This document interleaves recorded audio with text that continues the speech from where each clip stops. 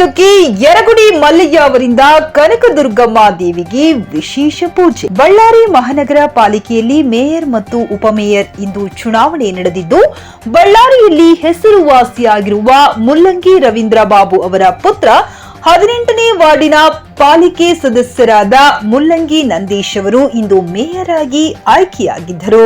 ಆದ್ದರಿಂದ ನಗರದ ಆರಾಧ್ಯ ದೈವ ಆದಿಶಕ್ತಿ ಕನಕದುರ್ಗಮ್ಮ ದೇವಿ ದೇವಸ್ಥಾನದಲ್ಲಿ ದೇವಿಗೆ ವಿಶೇಷ ಪೂಜೆಯನ್ನು ಸಲ್ಲಿಸಿ 101 ತೆಂಗಿನಕಾಯಿ ಹೊಡೆಯುವುದರ ಮೂಲಕ ಮುಲ್ಲಂಗಿ ನಂದೀಶ್ ಅವರಿಗೆ ಕೆಪಿಸಿಸಿ ಪರಿಶಿಷ್ಟ ಪಂಗಡಗಳ ವಿಭಾಗದ ರಾಜ್ಯ ಪ್ರಧಾನ ಕಾರ್ಯದರ್ಶಿಯಾದ ಯರಗುಡಿ ಮಲ್ಲಯ್ಯ ಅವರು ಶಾಲು ಹಾಕುವುದರ ಮೂಲಕ ಸನ್ಮಾನಿಸಿ ಗೌರವಿಸಿ ಅಭಿನಂದನೆಗಳನ್ನು ತಿಳಿಸಿದರು.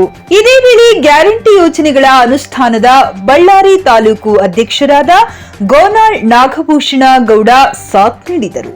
ಈ ಸಂದರ್ಭದಲ್ಲಿ ಚಂದ್ರ, ಕಾರ್ಯಕರ್ತರು, ಅಭಿಮಾನಿಗಳು ಮುಂತಾದವರು ಉಪಸ್ಥಿತರಿದ್ದರು. ನನ್ನ ಸಲುವಾಗಿ ಮಲ್ಲಯ್ಯನವರು ನನ್ನಲ್ಲಿ ಕರೆದು ದುರ್ಗಂಗುರಿಯಲ್ಲಿ 108 ತೆಂಗಿನಕಾಯಿ ಹೊಡೆದಿದ್ದಕ್ಕೆ ಅವರಿಗೆ ನಾನು ಮನಸ್ಫೂರ್ತಿಯಿಂದ ಅವರಿಗೆ ಧನ್ಯವಾದಗಳು ತಿಳಿಸ್ತಾ ಇದ್ದೀನಿ.